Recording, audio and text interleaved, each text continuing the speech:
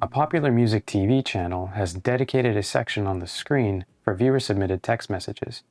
With a primarily young audience, you can imagine the type of messages sent in tended to be a bit of a mixed bag.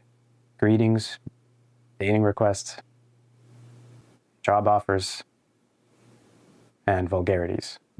Cindy, a young 20-year-old woman, notices a message from a man claiming to be from Texas, and he's looking for a young woman himself. Thin and white are his criteria.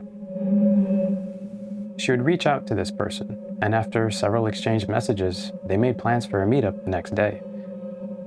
Unfortunately, by tomorrow night, Cindy would never be seen again.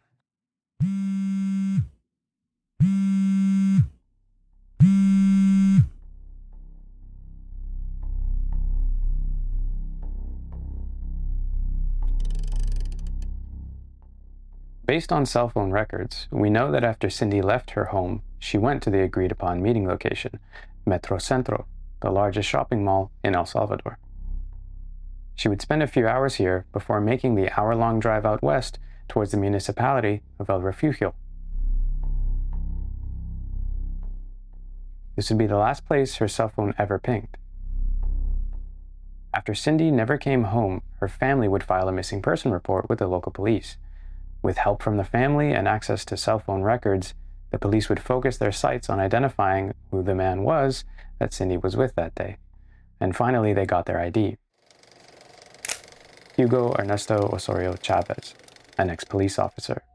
The police believed Hugo Osorio was Cindy's kidnapper. Maybe he trafficked her, maybe he killed her, maybe he still had her. They didn't know exactly which, but all the evidence pointed to him as being the one responsible. And with the help of Cindy's younger sister, a minor under 15 who we'll call Brenda, the police would set a trap. Brenda, acting as bait, would contact Hugo Osorio and set up a meeting for solicitation for sex. Hugo agrees.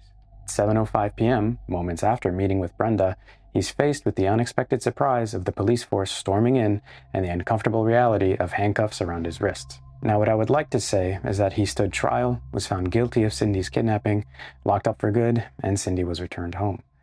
That's what I would like to say. But the truth is that this story is riddled with a disturbing amount of incompetency, negligence, indifference, and disappointment. Hugo Osorio would face trial on 2 separate charges: remuneration for sexual acts and currency counterfeiting, not for anything related to the disappearance of Cindy. And you might be wondering, why a counterfeiting charge? We'll get to that in a minute. On the first charge of remuneration for sexual acts, the verdict was handed down swiftly: not guilty. Like any reasonable person, you may be asking, why? He did meet with a minor for that purpose after all. You see, when he was arrested, he hadn't actually handed over the money to Brenda, the minor. His defense team argued that since he was still in possession of his money, no remuneration had taken place. On this technicality, the court ruled in his favor, and he was acquitted. And on the charge of counterfeiting, this charge was brought forward because when the money Hugo Osorio had on him was seized, it was to be deposited to a government bank account where seized foreign funds are held, because it was in USD. But the deposit was rejected. The bank had noticed that the $20 bills contained invalid serial numbers and were clear forgeries. Okay, great. At least this sounds like a guaranteed guilty verdict, though this crime carries a penalty of only 5 to 10 years in prison. Surely there's no way he could get out of this one, right? Well, when he was arrested, the arresting officer only noted the total amount of money seized, $117 USD.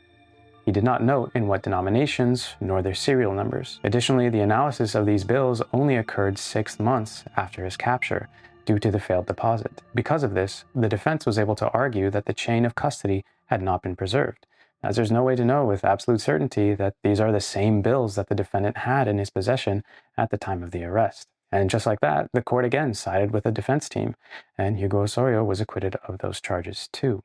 So again, despite Hugo Osorio being the prime suspect in Cindy's disappearance, he was not tried for it. He was acquitted of the other charges he was tried for, and Cindy was still missing. And so our family is only left with disappointment and many questions. Will we ever find Cindy? What happened to her? Will she even get justice? If he was responsible, was she his first victim, or would she be his last?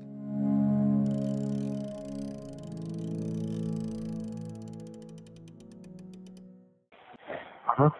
Buenas. Colonia Las Flores, Callejón Esteves.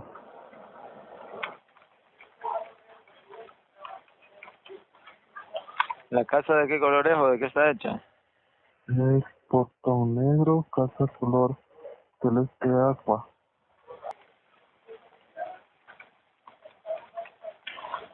Vaya, y un disparo ese que escucharon, ¿verdad?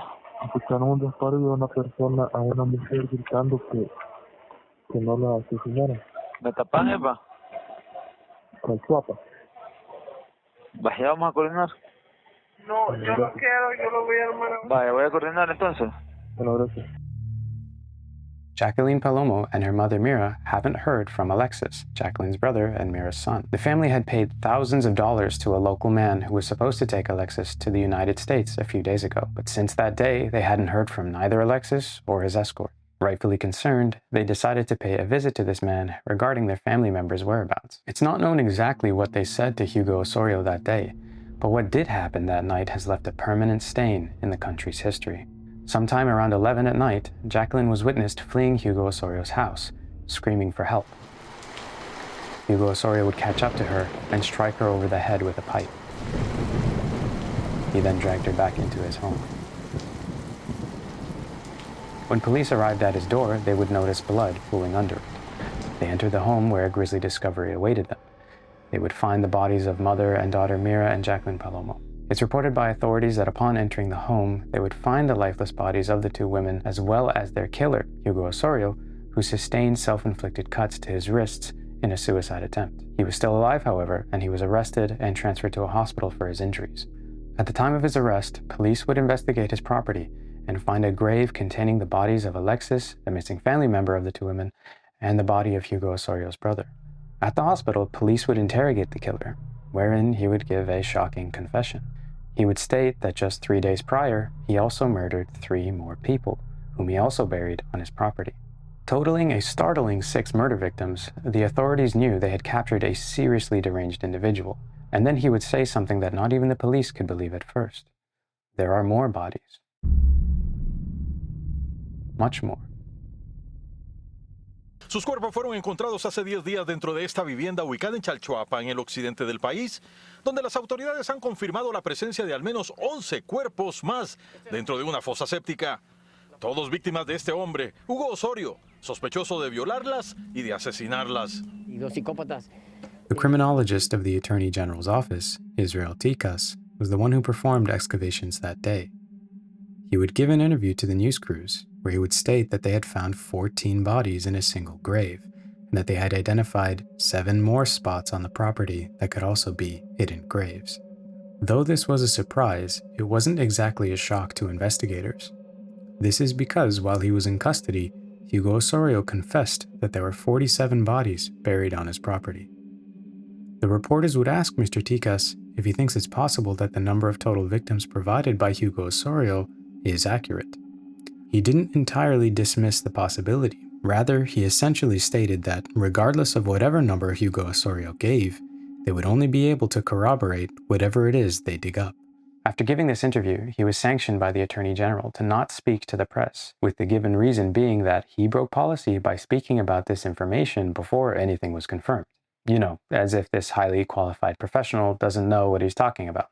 From then on, there was little communication with the press. Naturally, this left many hungry for more answers. Families would line up outside the vicinity of the crime scene, holding photos of missing family members, hoping that they may finally find answers in the monster's garden. To this date, we don't actually know the total number of the victims of the monster that is Hugo Osorio. The news of the serial killer ex-cop made waves throughout the country, shocking the nation. The sheer scale of the murders were baffling, and would imply that he'd been killing for a long period of time. How could he have been doing this for so long? He must be one of the greatest criminal masterminds to have avoided suspicion this entire time. Surely, if he was careless, he would have been known to the police, and they would have captured him ages ago, right?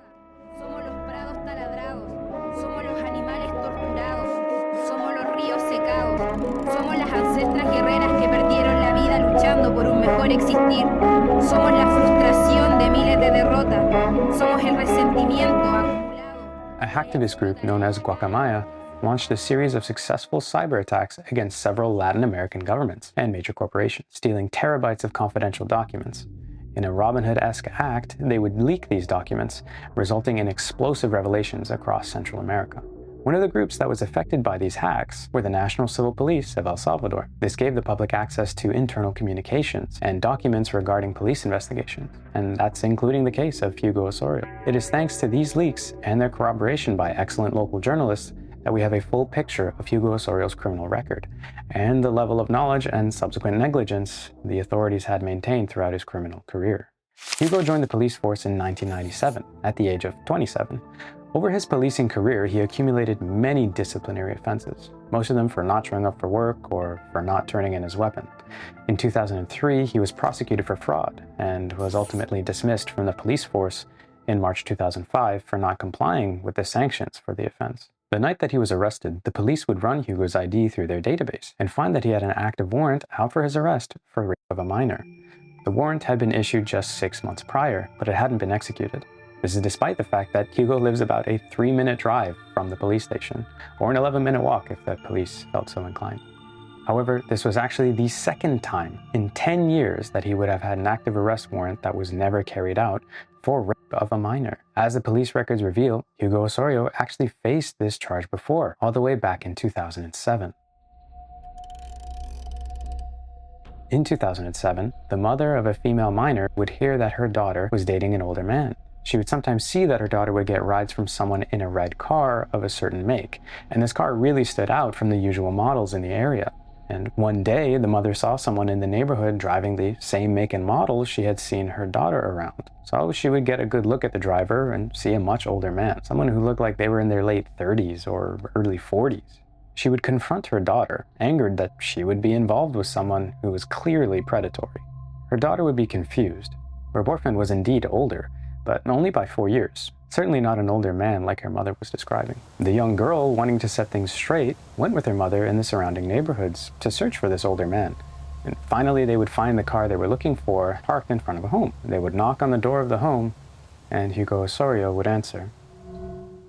The young girl would explain the situation and ask him to explain to her mother that they did not know each other. He would oblige and explain that, truthfully, they didn't know each other and weren't involved. An argument would ensue, but eventually the mother and daughter would leave, with that seemingly being the end of it. A few days later, on her walk home from school, she would be approached by Hugo, who said he's been meaning to speak to her. He would tell the young girl that her and her mother had caused a lot of problems for him and his girlfriend when they came to his home, where he was being accused of seeing a younger girl. He would say that she had to come with him in order to make up for the trouble caused. She was reluctant until he presented his phone to her, and on the phone, she would be shown a photo of herself in the nude, and he would threaten to release the photo if she did not come with him. She didn't even remember taking the photo, let alone how he would have gotten a hold of it. But scared and confused, she felt she had no choice and went with the man. When they arrived back at his home, he would tell her that her and her mother had actually interrupted a drug deal, and this had cost them a lot of money, and she would have to repay him, or again, he would release the photo. He raped the young girl and secretly recorded the assault. After the assault, she was let go and fled back home.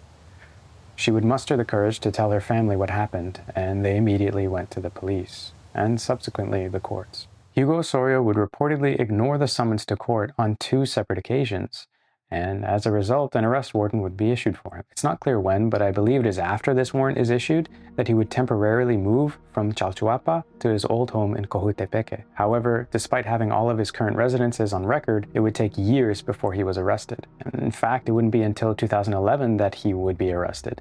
But it wasn't due to the 2007 case. It was instead as part of the previously mentioned investigation for the disappearance of Cindy, where he was charged for, soliciting from her sister, which, in case you forgot, he was acquitted of all those charges.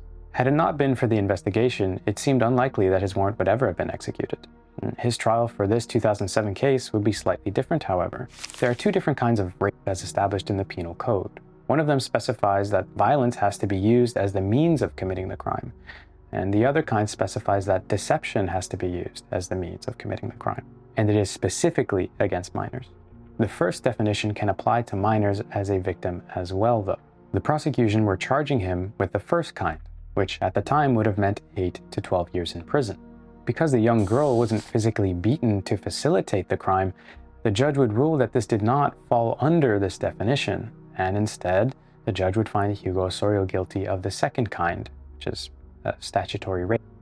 he was sentenced to 5 years in prison, to which he would only spend half of that getting a reduced sentence for good behavior. This is especially confusing considering that 2 years after his arrest, police would realize that he was responsible for more than previously thought. Another key document released as part of the Guacamaya leaks was that of an internal police investigation report written in 2013. And it shows that while police were investigating cases of disappearances, they made an unfortunate discovery. If you remember Cindy's case, she got in touch with Hugo Osorio via Star Channel, then met with him at the mall, then headed out west towards El Refugio while her cell phone signal stops.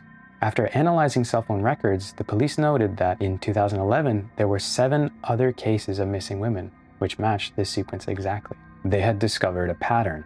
These women all got in touch with someone they found on Star Channel, and nearly all of them met with someone at Metro Central Mall, and others met at nearby locations. And then they would all travel out west, where their last known locations would be either in Chalchuapa or El Refugio.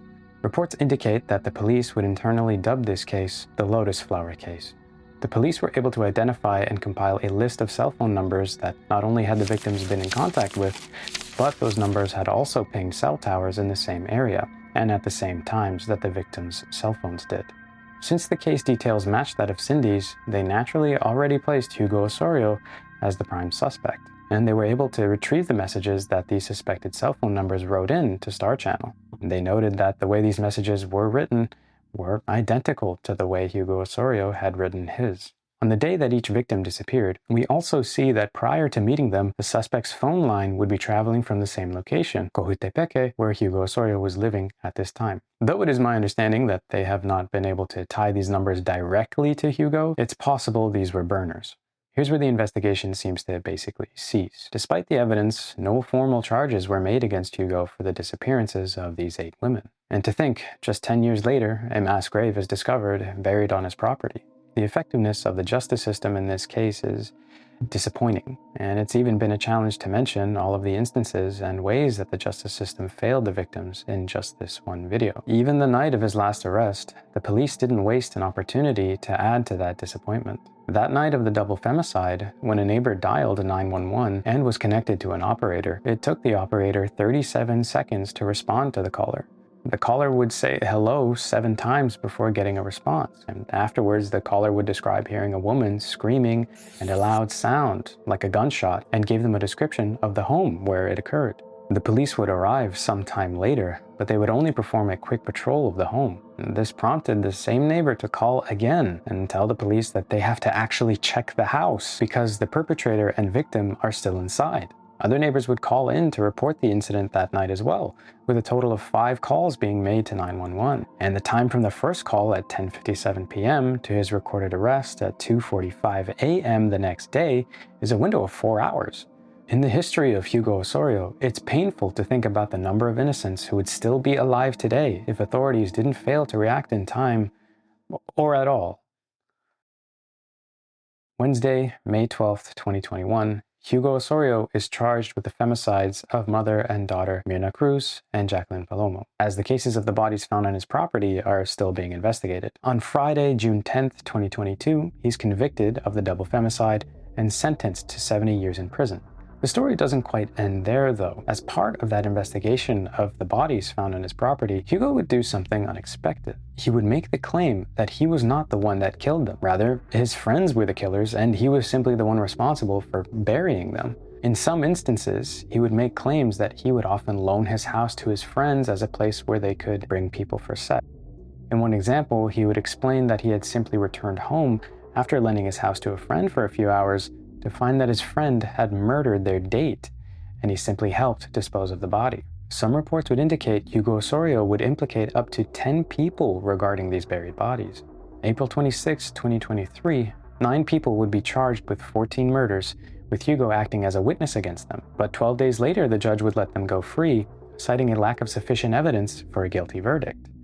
And on August 10, 2023, a women's rights group demanded a retrial in this case. And then on October 6th, the same year, in a surprising verdict, 6 of the 9 accused were found guilty of 13 murders, with sentences ranging from 20 to 110 years. It's odd. In most other cases, someone getting put behind bars is the end of it. It's closure. But the investigation for the rest of the bodies hasn't concluded. The stories of the missing women of the Lotus Flower case hasn't finished.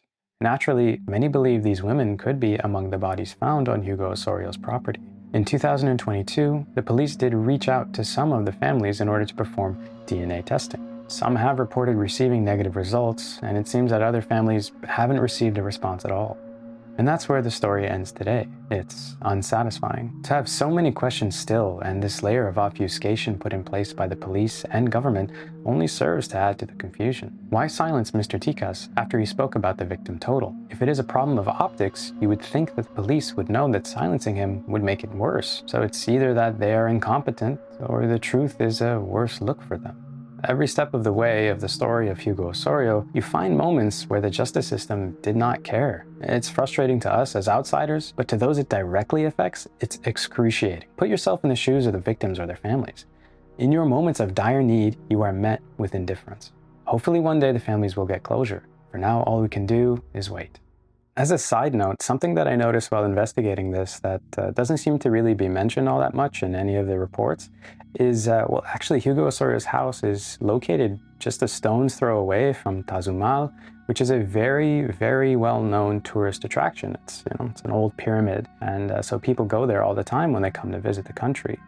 And so in and of itself, it's a little strange that, that all of these tourists are coming to visit a place where, just a few minutes away, there are just dozens of buried bodies. And, it also kind of makes me wonder if potentially any tourists have gone missing in that area and at that time, and if maybe those could be, one of the victims as well. In addition to that, something else that's quite strange is the area between Tazumal and Hugo Osorio's house is actually just a massive graveyard. And it really brings into question, I haven't seen anything mention if they've investigated any of these graves or anything like that. I mean, at this point, yeah, we know he was, burying bodies in his house and on his property and whatnot, but he lives right next to a graveyard, and it's, it's pretty, I would say, well known, I suppose, that, serial killers of the past or just killers in general have used graveyards as locations to bury their bodies as well. And given that the fact that he's implicated, at least 10 people in this, obviously he's not working alone, right? And I don't know, it doesn't really strike me all that right that the police didn't bother to investigate these graves or even the fact that they're just silent entirely, right? It doesn't really give us a lot of comfort with the level of investigation that they've done. Anyway, I just thought I'd mention that. I found it interesting. I want to take a moment to thank the brilliant journalists at Factum, who without their work, we wouldn't know the true story of these tragedies. They've put together an entire documentary regarding this case, which goes into much more detail than I am able to, and includes audio recordings from 911 calls, victims, and their families. I'll link it in the description, and I highly recommend watching it.